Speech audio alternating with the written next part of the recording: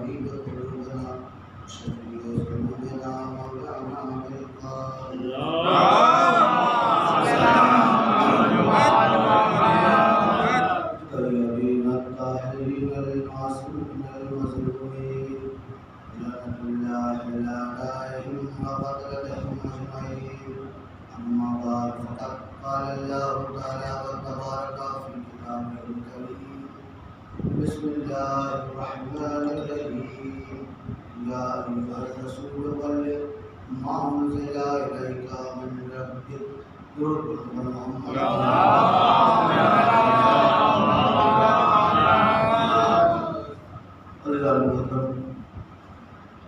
بہت زیادہ پرانی گفتگو کرنی اور طبیعت کے ناساز دواؤں کے سہارے اندر پہ آ گیا اس یقین کے ساتھ یہاں آنے کے بعد ساری بیماریاں دور ہو جایا کرتی ہیں.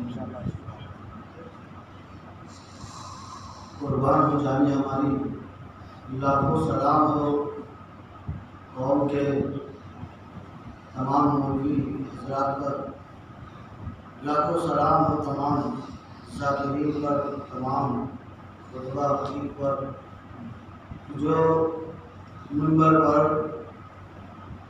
قوم کے فائدے کے لیے آتے ہیں. تمام مولوی حضرات، تمام ذاکرین حضرات جو منبر پر آتے ہیں وہ قوم کے فائدے کے لیے. میرے پاس اتنی صلاحیت، اتنا علم نہیں ہے کہ میں منبر پہ آپ کے فائدے کے لیے آؤں. میں منبر پر اپنے ذاتی فائدے کے لیے، کیونکہ میرا یہ عقیدہ اور قریب قریب ہر شیعہ آل محمد کا یہ عقیدہ ہے کہ ذکر سرکار سید الشہداء دلوں کو پاک کر دیتا ہے، گناہوں سے دور کر دیتا ہے، اور یہ ذکر باعث نجات بن جاتا ہے. دیکھیے قرآن وہی ہے، روایتیں وہی ہیں، واقعات وہی ہیں، لیکن گفتگو جو ہوتی ہے وہ خاص کر آج کے دور میں وہ نظریات کی گفتگو ہو رہی ہے.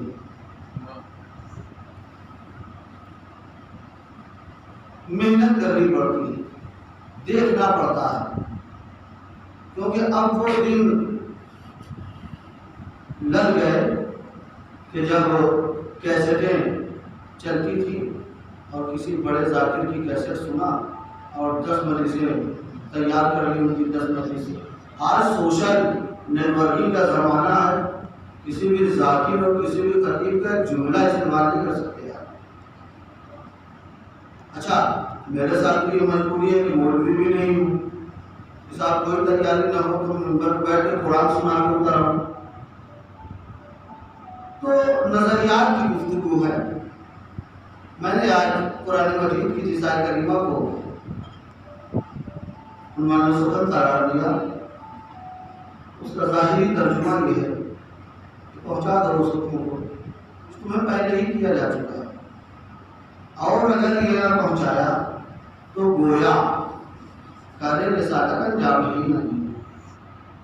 اسی لفظ گویا کچھ دیر گفتگو کرنی ہے آپ سے کہ آخر یہ گویا ہے، یہ گویا ہمیں بتانا کیا چاہ رہا ہے. تو اسے سمجھنے کے لیے سرکاری اپنی مرتبہ کو سمجھنا پڑے. مزاج پروردگار یہ تو ہم جیسے خاطی اور گنہگار کو اگر کچھ عطا کر دے، کوئی نعمت دے دے تو وہ واپس نہیں لیتا. ہم اپنے بدعملی کے بنا پر اس نعمت کو کھو دیں اور پھر یہ کہیں کہ اللہ نے دیا تھا، اللہ نے لے لیا، تو اللہ دینے کے بعد جو واپس دیتا ہے وہ صرف روح ہے، کیا کہ جس کو دی ہے تو وہ واپس لے گا۔ باقی جتنی نعمتیں اللہ نے آپ کو دی ہیں آپ کے مفاد کے لیے، آپ کے فائدے کے لیے، وہ آپ پر ڈیپینڈ کرتا ہے کہ آپ کے اندر کیسی کوالٹی ہے کہ اس نعمت کو سنبھال پائے یا ضائع کر دیں۔ سرکار تنظیم مرتبہ اس کے لیے خداوند اعلیٰ کبھی طٰہٰ کہہ رہا ہے، کبھی یاسین کہہ رہا ہے، کبھی مدرس کہہ رہا ہے، کبھی مزمل کہہ رہا ہے۔ ہم نے جن و انس کو خلق ہی نہیں کیا مگر اس لیے کہ وہ ہماری عبادت کریں، اور اپنے حبیب کے لیے کہہ رہا ہے کہ راتوں کو جاگ کر عبادتیں تھوڑا کم کیا کرو، کہیں پیروں میں ورم نہ آ جائے کہ میرے حبیب میں نے اس کائنات کو جو خلق کیا ہے وہ تمہارے صدقے میں خلق کیا ہے۔ وہ خداوند عالم جس نے اپنے حبیب کے صدقے میں اس کائنات کو خلق کیا، جس کا مزاج یہ ہے کہ وہ عام ذاتی اور گنہگار انسان کو اگر کچھ عطا کر دے تو اسے واپس نہ لے، وہ پروردگار اپنے حبیب سے یہ کہے کہ اگر یہ نہ پہنچایا تو گویا کار رسالت ہی نہ پہنچایا، کار رسالت انجام ہی نہ دیا، تو یہ گویا ہے کیا؟ تو تھوڑا سا پیچھے چلنا پڑے گا، کچھ نبیوں کی زندگیوں کو دیکھنا پڑے گا۔ حضرت آدم علیہ السلام دنیا میں آئے، تبلیغ دین کی، لیکن دین مکمل نہیں ہوا۔ حضرت ابراہیم علیہ السلام آئے، بڑی محنت و مشقت سے تبلیغ دین کی، لیکن دین مکمل نہیں ہوا۔ حضرت نوح علیہ السلام اتنی طولانی تبلیغ، لیکن دین مکمل نہیں ہوا۔ حضرت موسیٰ علیہ السلام تبلیغ کی، دنیا سے چلے گئے، دین مکمل نہیں ہوا۔ تو یہ جو نبی آتے رہے اللہ کی طرف سے دنیا میں اور تبلیغ دین کرتے رہے اور دین مکمل نہیں ہوا، تو کیا اس میں نبیوں کی محنتوں میں کوئی کمی تھی؟ نہیں، نبیوں کی محنتوں میں کوئی کمی نہیں تھی۔ سب نے پوری ایمانداری سے تبلیغ دین کی، سب نے پوری ایمانداری سے کار نبوت کو انجام دیا، لیکن ان کی محنتیں جو رائگاں ہو گئیں وہ ان کے بعد ان کی امت میں ان کی محنتوں کو سنبھالنے کی کوالٹی نہ تھی۔ آدم آئے تبلیغ دین کی، دین مکمل نہیں ہوا۔ نوح آئے تبلیغ دین کی، دین مکمل نہیں ہوا، کیونکہ نوح کے بعد نوح کی امت نے نوح کی محنتوں کو اس طریقے سے رائگاں کر دیا کہ نوح کی سنت رائگاں ہو گئی، گویا نوح نے کار نبوت انجام ہی نہ دیا۔ موسیٰ نے پوری محنت سے تبلیغ دین کی، لیکن جناب موسیٰ کی امت نے ان کی سنت کو اس طرح رائگاں کر دیا کہ گویا موسیٰ نے کار نبوت انجام ہی نہ دیا۔ تو ایسا نہیں ہے کہ نبیوں نے محنتیں نہیں کی، نبیوں نے پوری ایمانداری سے محنت کی۔ حضرت آدم علیہ السلام کے لیے یہ برداشت کرنا آسان نہیں تھا کہ دو بیٹے اور ایک دوسرے کے خون کے پیاسے۔ حضرت نوح علیہ السلام کے لیے یہ برداشت کرنا آسان نہیں تھا کہ بیٹا بد کردار نکل گیا، بیوی بد کردار نکل گئی اور غلطیاں ہو گئے۔ جناب ابراہیم علیہ السلام کو دیکھیے، ان کی زندگی کو دیکھیے، مال کے ذریعے جہاد، اولاد کے ذریعے جہاد، جان کے ذریعے جہاد۔ تفسیر سے پڑھنا مقصد نہیں ہے، صرف وہ جملے جو رہتی دنیا تک کے لیے شناخت کا ذریعہ بن گئے۔ درود پڑھیں پر محمد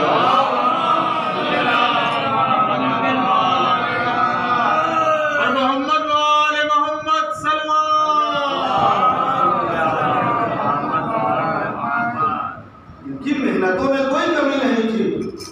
حضرت ابراہیم علیہ پر اس کوشش میں ہے کہ کوئی آ جائے، کوئی مل جائے جسے لے کر ہم اپنے گھر جائیں اور اسے اپنا مہمان بنائیں۔ اور جب کوئی آ جاتا تھا، کوئی مل جاتا تھا، اسے لے کر گھر آتے تھے، اسے روک کر کھاتا تھا۔ جب جانے لگتا تھا تو کہتا تھا ابراہیم آپ نے اتنے خلوص سے ہماری خدمت کی ہے، آپ بھی اگر کچھ چاہتے ہو ہم سے تو بتائیں۔ تو جناب ابراہیم علیہ السلام نے کہتے تھے نہیں ہمیں کچھ نہیں چاہیے، اگر کچھ کرنا ہی چاہتے ہو تو میرے معبود کا استحضاء کر دو۔ وہ کافروں سے بھی یہ سوچتے تھے کہ ایک سجدے میں میرا کیا ہو جائے گا، تو وہ سجدہ پروردگار میں سر کو خم کر دیتے تھے۔ جناب ابراہیم علیہ السلام دعا کرتے تھے پالنے والے سر جھکانا میرا کام تھا، دل جھکانا تیرا کام۔ لیکن انسان سے بتائیے کہ یہ جو کافر و مشرکین اپنے سر کو سجدہ معبود میں خم کر رہے ہیں، تو کیا اس میں صرف جناب ابراہیم علیہ السلام کا خلوص شامل ہے؟ کیا نہیں؟ جتنا جناب ابراہیم علیہ السلام کا خلوص ہے اتنا ہی جناب سارا کی روٹیاں شامل ہیں، کیونکہ جناب سارا کا یہ کمال ہے کہ روٹیاں بہت جلدی بناتی ہیں، لہذا جتنا خلوص جناب ابراہیم علیہ السلام کا شامل ہے اتنا ہی جناب سارا کی روٹیاں بھی شامل ہیں۔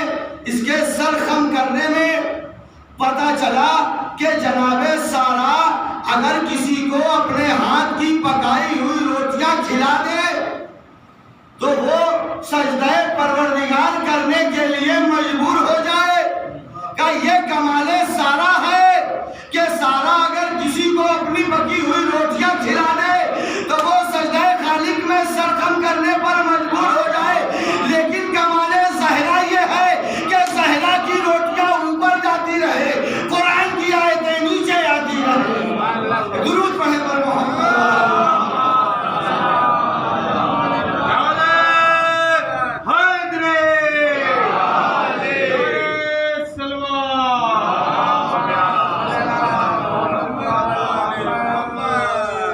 جناب ابراہیم علیہ السلام نے بہت امتحانات دیے۔ دیکھیے اولاد کے ذریعے امتحان۔ بیٹا میں نے خواب دیکھا ہے۔ کیا خواب دیکھا ہے؟ کہ میں تمہیں ذبح کر رہا ہوں۔ تو بابا آپ حکم پروردگار پر عمل کریں، انشاءاللہ آپ مجھے صابرین میں سے پائیں گے۔ دنیا یہ کہتی ہے کہ دو معصوم میں تقابل نہ کریں، دو معصوموں میں تقابل نہ کریں گے، لیکن خدا بندے عالم نے ہمیں عقل عطا کی ہے، تو سوچنے کی صلاحیت ہے۔ کیا کہا جناب اسماعیل علیہ السلام نے؟ جب شہادت کی خبر دی جناب ابراہیم علیہ السلام نے تو جناب اسماعیل علیہ السلام نے کہا بابا آپ حکم پروردگار پر عمل کریے، انشاءاللہ آپ مجھے صابرین میں سے پائیں گے۔ یعنی جب جناب اسماعیل علیہ السلام کو شہادت کی خبر دی گئی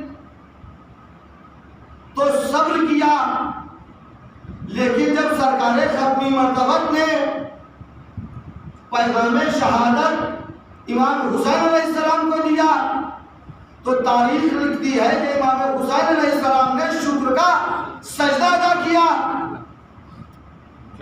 صبر ہوتا ہے مصیبت پر، شکر ہوتا ہے نعمت پر۔ جو شہادت کا پیغام جناب اسماعیل علیہ السلام کے لیے مصیبت تھا اور انہوں نے صبر کیا، وہی شہادت کا پیغام حسین ابن علی کے لیے نعمت تھا اور شکر پروردگار کیا حسین ابن علی۔ درود پڑھیں پر محمد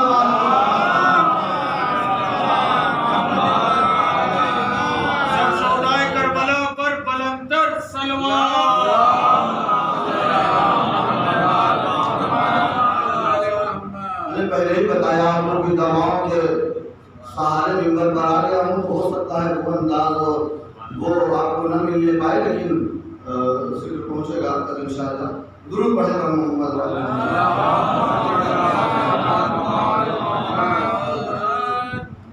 یہ لے کر چلے میدان کی طرف اور ادھر وہ پہنچا تب بات کیا آواز آئی کون؟ وہ جملے جو رہتی کے لیے معیار بن گئے. پوری زندگی نہیں پڑھنا جناب ابراہیم علیہ السلام نے. بہت جلد میں انصاف انشاءاللہ اپنے اختتام پر پہنچ جائے گی. آواز آئی کون؟ ارے کون چھوڑیے، ابراہیم آپ کے بیٹے کو ذبح کرنے کے لیے میدان میں لے گئے ہیں. تو کہا میں کیا کروں؟ کہا میں کیا کروں؟ گھر سے نکلیے، میدان میں چلیے اور اسماعیل کو بچائیے. کہا بھاگ جا، تو شیطان معلوم دیتا ہے. کیسے پہچانا؟ تو ایک نبی خدا کی بیوی کو گھر سے نکل کر میدان میں جانے کے لیے آمادہ کر رہا ہے، لہذا تو شیطان ہو سکتا ہے. تو یہ جناب حضرہ کا جملہ معیار بن گیا رہتی دنیا تک کے لیے. اب جو بھی نبی خدا کی بیوی کو گھر سے نکال کر میدان میں جانے کے لیے آمادہ کرے گا تو شیطان ہوگا. وہاں دال نہیں گلی حضرت ابراہیم علیہ السلام کے پاس آیا. کہاں بیٹے کو لے کر چل دیے؟ خواب دیکھا ہے. خواب دیکھا ہے تو کیا ہوگا؟ خواب تو سب دیکھتے ہیں، خواب پر بھی کوئی عمل کرتا ہے اور بھاگ جا، تو شیطان معلوم دیتا ہے. کیسے پہچانا؟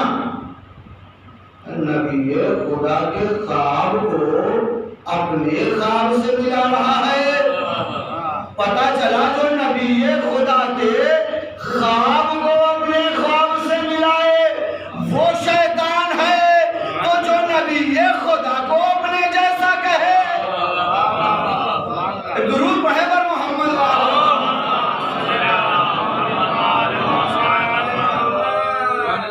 جناب اسماعیل علیہ السلام نے قریب آیا. اے ابراہیم کو خدا کی محبت میں اندھے ہوئے ہیں، ان کا ذہن کام نہیں کر رہا ہے، تم بھی آگے ان کی باتوں میں بھاگ جا، تو شیطان معلوم دیتا. کیسے پہچانا؟ اے نبی خدا کے دماغ پر شک کر رہا ہے. اب کیسے پڑھا جائے؟ درود پڑھے پر محمد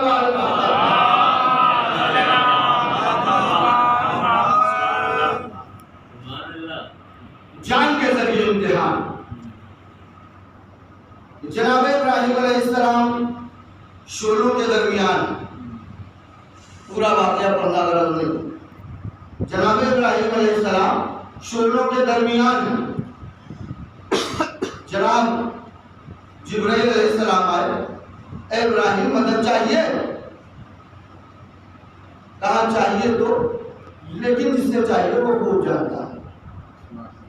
میری بہن اس سے نہیں ہے کہ جناب جبرائیل علیہ السلام نے کیا کہا، جناب ابراہیم علیہ السلام نے کیا جواب دیا، اس سے نہیں. میرا سوال یہ ہے کہ جبرائیل علیہ السلام کہاں آئے گفتگو کرنے کے لیے، اور جناب ابراہیم علیہ السلام سے کہاں سوال کیا اور انہوں نے کہاں جواب دیا؟ کہ آگ کے شعلوں کے درمیان جبرائیل علیہ السلام نے جو سوال کیا، ابراہیم علیہ السلام نے اس کا جواب دیا. اس کا مطلب یہ ہوا کہ آگ کی گرمی جناب ابراہیم علیہ السلام کے ذہن پر غلبہ نہ پا سکی. جو سوال کیا اس کا جواب دیا، یعنی آگ کی گرمی ذہن ابراہیم پر غلبہ نہ پا سکی. تو وہ جو فخر ابراہیم ہو، وہ جو فخر ابراہیم ہے، اس پر بخار کا غلبہ. ارے وائے ہو ان مسلمانوں پر جنہوں نے سرکار ختم مرتبہ کے عہدے کو کم کرنے کی کوشش کی. درود پڑھے پر محمد.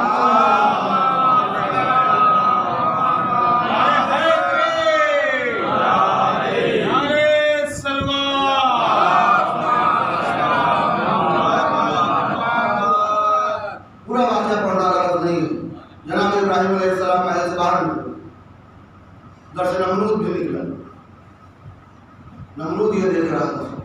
ابراہیم کے قریب آیا, کہے ابراہیم ابھی وقت ہے, باہر آ جاؤ تبلیغ دین سے, چاہو تم میری بیٹی سے شادی بھی کر سکتے ہو, اگر چاہو تم میری بیٹی سے شادی بھی کر سکتے ہو. عزیزو سنت بن گئی. درود پڑھیں محمد.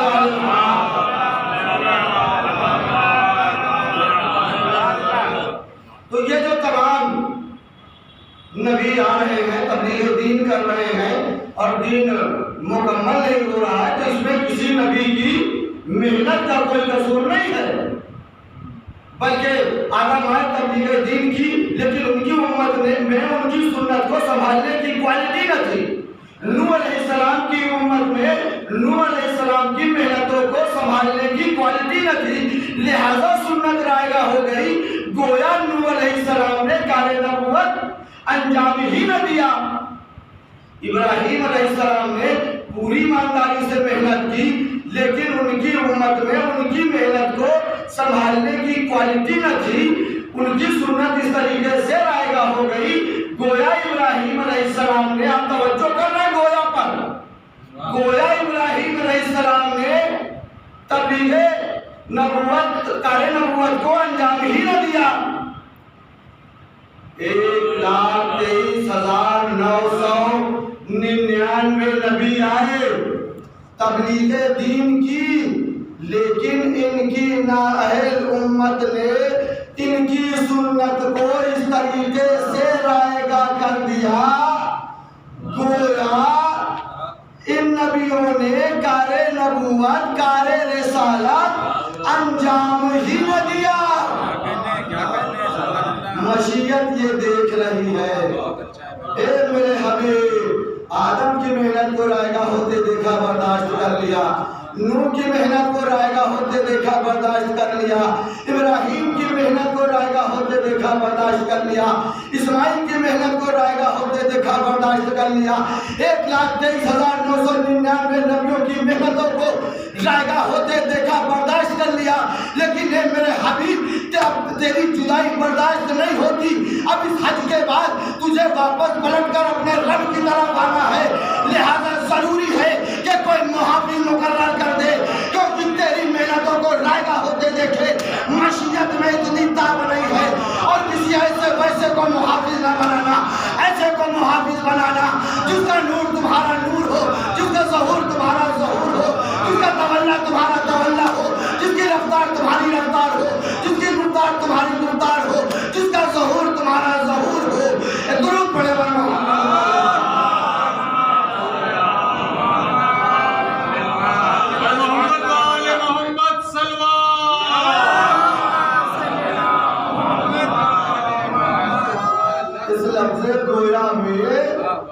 خدا بندے آدم کی چھپی ہوئی محبت کو تو بھی دیکھیے, اللہ کی اپنے حبیب کے لیے فکر مندی بھی تو دیکھیے.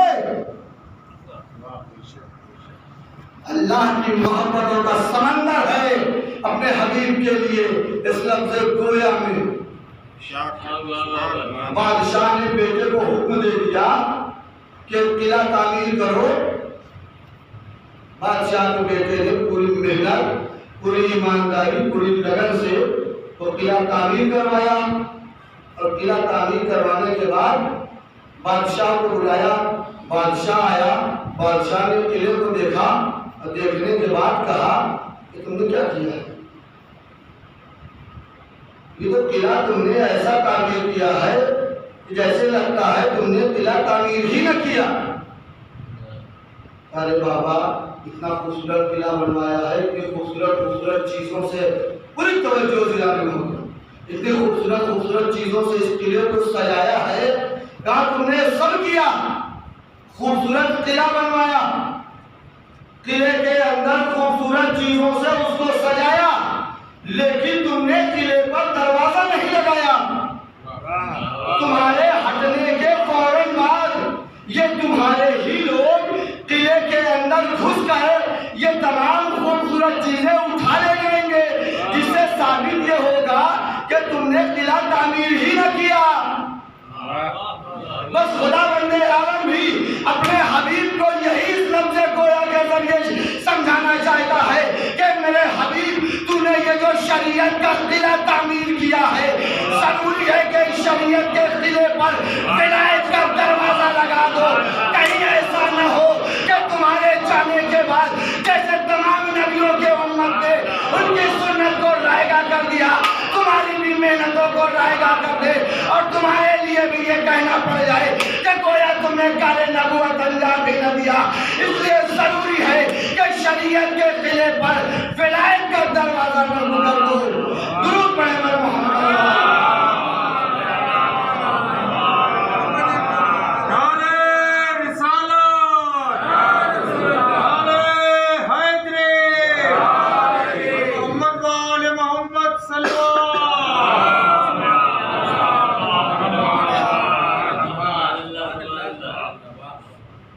ضروری ہے کہ تم نے جو محنتیں کی ہیں وہ رائے گاہ نہ ہونے پائیں. اس کے لیے ضروری ہے کہ کوئی ایسا محافظ مقرر کر دو جس کے اندر تمہاری محنتوں کو سنبھالنے کی کوالٹی ہو اور تمہاری سنت رائے گاہ نہ ہونے پائے تم سے پہلے والے نبیوں کی طرح. غدیر پڑھنا مقصد نہیں، جیسا کہ میں نے پہلے ہی کہا تھا کہ حدیث تو انشاءاللہ ایک دو بات اس حوالے سے ہوگی کہ کربلا کیا ہے، کربلا سے ہمیں کیا ملا. عزیزو، اللہ کے ہونے پر لاکھوں دلیلیں ہیں. خدا کے وجود پر خدا ہے، لاکھوں دلیلیں ہیں. چاند کو دیکھا، چاند ہے، اس کا خلق کرنے والا بھی ہوگا. سورج کو دیکھا، سورج ہے، اس کا خلق کرنے والا بھی ہوگا. انسان ہے، اس کا خلق کرنے والا بھی ہوگا. حیوانات ہیں، اس کا کوئی خلق کرنے والا بھی ہوگا. نباتات ہیں تو اس کا کوئی خلق کرنے والا بھی ہوگا. یعنی وجود پروردگار پر لاکھوں دلیلیں ہیں، لیکن سب سے مضبوط دلیل کربلا کے میدان میں ہے. کون سی دلیل؟ عصر عاشور امام حسین علیہ السلام کا اطمینان امام حسین علیہ السلام سب سے مضبوط دلیل ہے اللہ کے ہونے پر کہ قربانیاں جتنی پیش کرتے چلے جا رہے ہیں چہرے کی رونق اتنی بڑھتی چلی جا رہی ہے. اور حسین ابن علی اللہ کے ہونے پر ایسی دلیل بن گئے، امتحانات کی منزل کو پار کرتے ہوئے اس منزل پر پہنچ گئے کہ اب خدا آواز دے رہا ہے کہ بلا تھا اپنے رب کی طرف، میں تجھ سے راضی ہو گیا، تو مجھ سے راضی ہو جا. کائنات کی تمام مخلوق کا زور اس بات پر ہے کہ ہماری پوری زندگی اس طریقے سے گزر جائے کہ اللہ ہم سے راضی ہو جائے. اب کہیے تو جملہ ادا کروں یہیں پر کہ ہم اور تم وہ ہیں جو اللہ کے راضی ہونے کی تمنا کرتے ہیں، لیکن حسین اس ذات کو کہتے ہیں کہ جسے راضی خدا کر رہا ہے کہ اے میرے حسین میں تجھ سے راضی ہو گیا، تو مجھ سے راضی ہو جا. درود پڑھے بر محمد.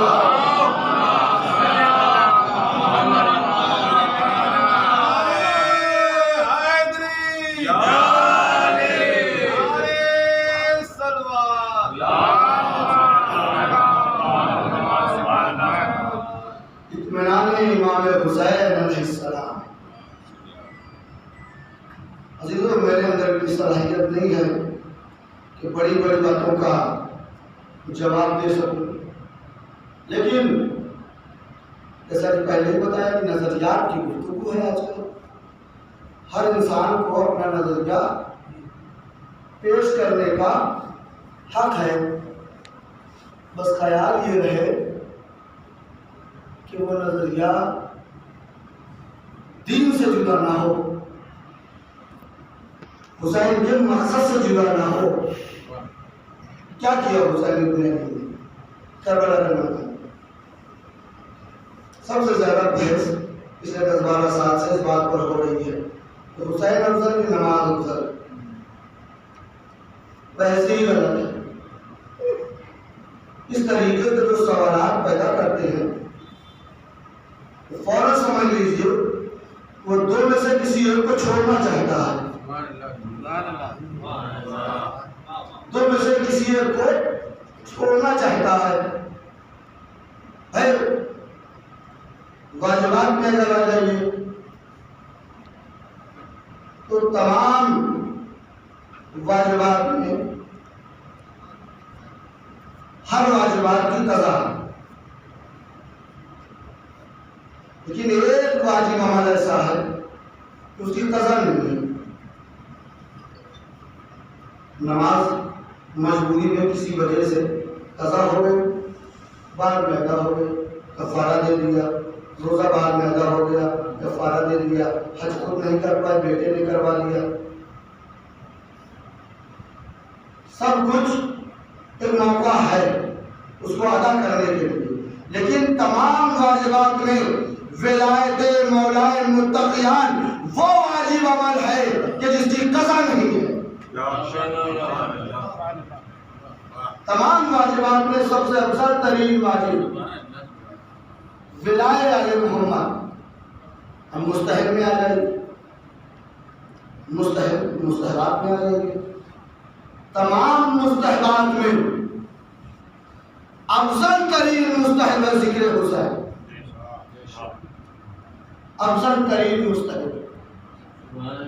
کوشش یہ کریے کہ مجلس ایسے وقت پر رکھیں کہ نماز سے نہ ٹکرانے پائے، یا جلوس ایسا ہو کہ نماز سے نہ ٹکرانے پائے. لیکن یہ سب وہاں ہو سکتا ہے جہاں کچھ نئی مجلسیں اور نئے جلوس قائم ہو رہے ہیں. لیکن شہروں میں جو جلوس نکل رہے ہیں ان کی اپنی مجبوریاں ہیں. ان کی اپنی مجبوریاں ہیں کہ گورنمنٹ کی گائیڈ لائن کے اکارڈنگ نکلتے ہیں جلوس. تو اس میں نکلے تو ظہر کا وقت آ جاتا ہے. آپ اول وقت نماز پڑھنے کے عادی ہیں تو جلوس سے باہر نکلیے، جائیے نماز پڑھیے، پھر جلوس میں آ جائیے. لیکن یہ جو جلوس میں لوگ شامل ہیں ان پر چونڈی نہ کسیے، کیونکہ اول وقت نماز پڑھنا مستحب ہے، ذکر حسین بھی مستحب ہے.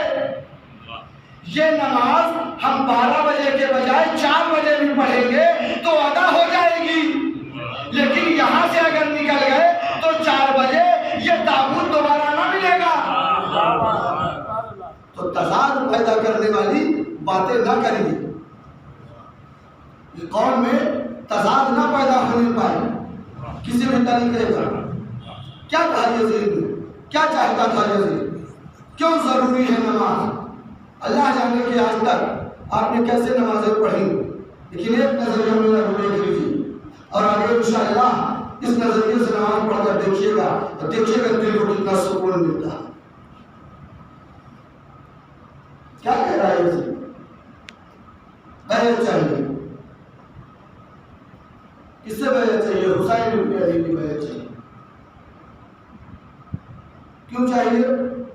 حسین کو اپنا الگ ہے، تم سے کوئی مطلب نہیں ہے. تم جو کر رہے ہو کرتے رہو، یعنی تمہیں نہیں پتا. حسین سے بیعت اگر مل گئے 1,24,000 نبیوں کی بیعت مل. کیا ہوتا ہے بیعت؟ بیعت کرنے والا اپنا ہاتھ اس کے ہاتھ میں دے دیتا ہے جس کی وہ بیعت کر رہا ہے. حسین ابن علی نے کہا نہیں، بیعت نہیں کروں گا، یہ ہاتھ نہیں دوں گا تجھے. یہ ہاتھ آدم کے ہاتھ ہے، یہ ہاتھ ابراہیم کے ہاتھ ہے، یہ ہاتھ اسماعیل کے ہاتھ ہے، یہ ہاتھ موسیٰ کے ہاتھ ہے، یہ ہاتھ عیسیٰ کے ہاتھ ہے، یہ ہاتھ 1,24,000 نبیوں کے ہیں. ہاتھ نہیں دوں گا، سب لے لے. ہاتھ نہیں دوں گا، سب لے لے. اور سب بھی تجھے ایسا نہ دوں گا، سب بھی تجھے سجدے میں دوں گا۔ کیوں نماز ضروری ہے؟ سب سے ضروری عمل کیوں ہے نماز؟ نماز کا پڑھنا کیوں سب سے زیادہ ضروری ہے؟ نماز کی سب سے زیادہ اتنی تبلیغ کیوں کی جاتی ہے؟ سب سے ضروری عمل کیوں ہے؟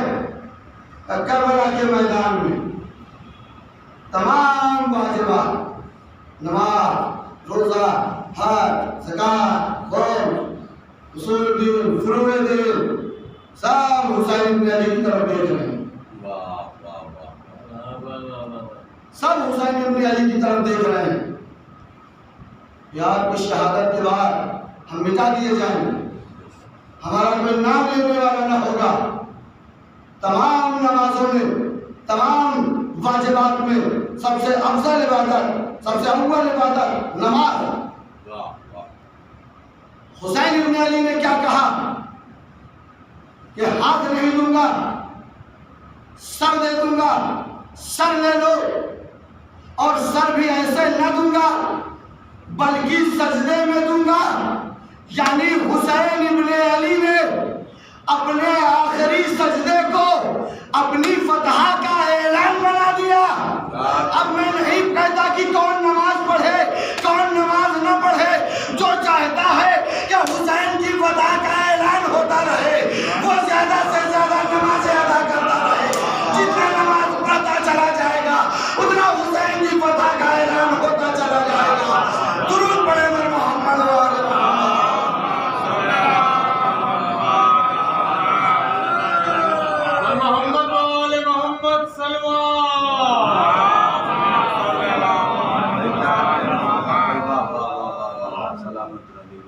غم حسین وہ کلا ہے، وہ افضل ترین مستحق قلعہ ہے۔ غم حسین جو تمام واجبات کو اپنے اندر پناہ دیے ہوئے ہے، تمام واجبات کو پناہ دیے ہوئے ہیں۔ یہ غم سرکار سید الشہداء، یہ ذکر حسین سے نماز باقی ہے، یہ ذکر حسین سے روزے باقی ہے، یہ ذکر حسین سے مسجد باقی ہے، یہ ذکر حسین کی تاثیر ہے کہ جو اتنا سب کچھ آج باقی ہے۔ حسین بن علی نے اپنے آخری سجدے کو اپنی فتح کا اعلان بنا دیا، نماز کو اپنی جیت کا اعلان بنا دیا، اور شاید یہی وجہ تھی کہ وصیت کی کہ بہن نماز شب میں فراموش نہ کرنا۔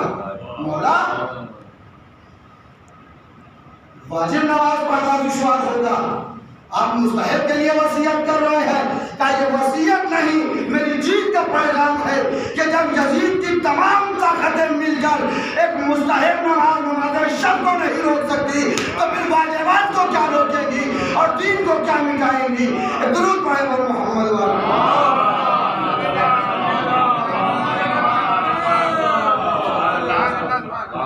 بس دو جملے جناب سکینہ سلام اللہ علیہ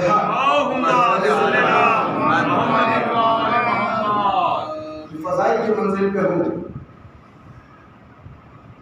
گریوں میں شدت پیدا کرنے کے لیے ہم لوگ جب مسائل پڑھ رہے ہوتے ہیں منبر پر تو بے خیالی میں ہمارے زبان سے یہ نکلتا ہے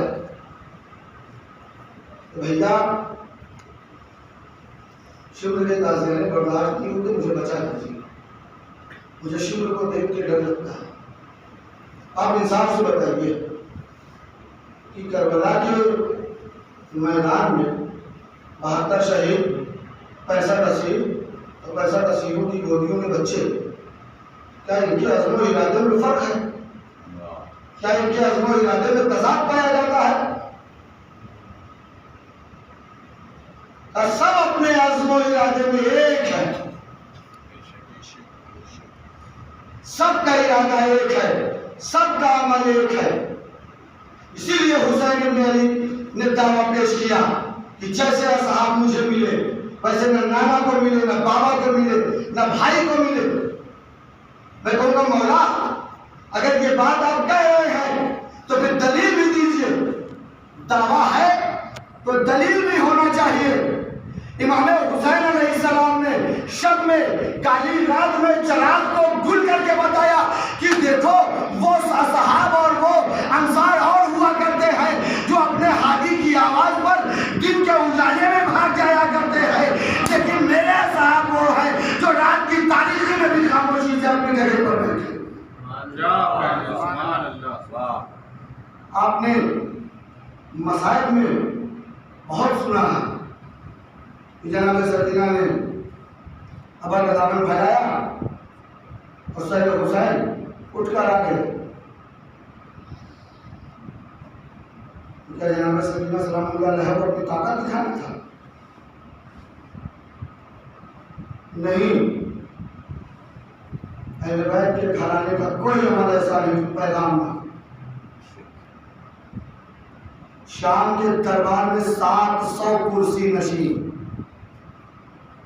دنیا کے ہر ملک کے گورنر بیٹھے ہوئے تھے۔ یزید یہ چاہتا تھا کہ سکینہ کو زیر کر کے اپنی جیت کا اعلان کروں۔ یزید یہ چاہتا تھا کہ سکینہ بنت الحسین کو زیر کر کے اپنی جیت کا اعلان کروں۔ جناب سکینہ سلام اللہ علیہا نے ان 700 گورنر کے سامنے سر حسین کو اشارہ کیا۔ اب یہ سر حسین نہیں بلند ہو رہا ہے بلکہ سکینہ کی فتح کا اعلان ہے جو بلند ہو رہا ہے کہ یزید دیکھ لے، تو پوری دنیا کی طاقت کو لے کر بھی تو سرو تن میں جدائی کو کر سکتا ہے، لیکن اہل بیت کے اختیارات کو نہیں مٹا سکتا، اہل بیت کی طاقت کو نہیں روک سکتا۔ درود پڑھے بر محمد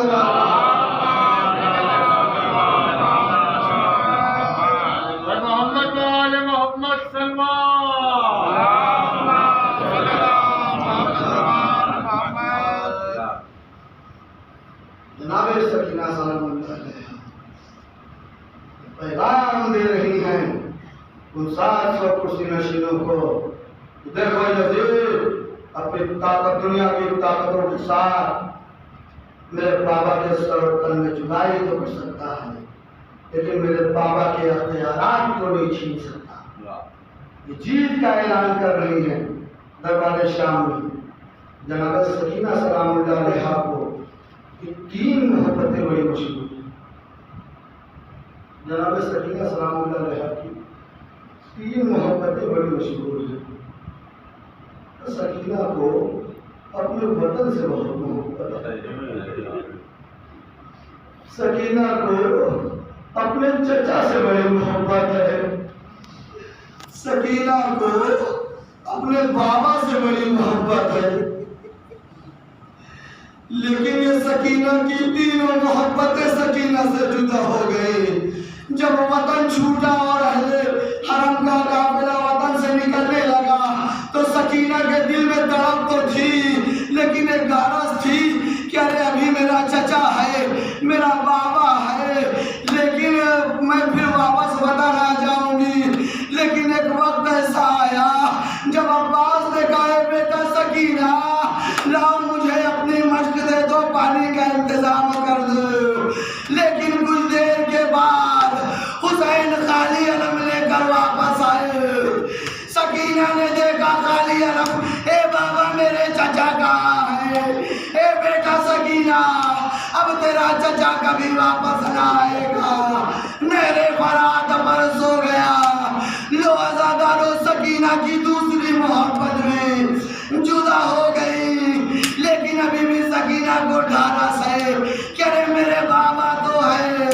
لیکن وہ وقت بھی آیا جب حسین خیمے میں آئے، اے سکینہ اپنے باپ کو اجازت دو۔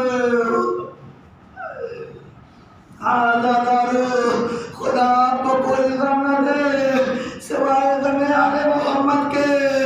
امام حسین علیہ السلام سکینہ سے رخصت ہوئے، میدان میں آئے، جنگ کی، شہید ہوئے۔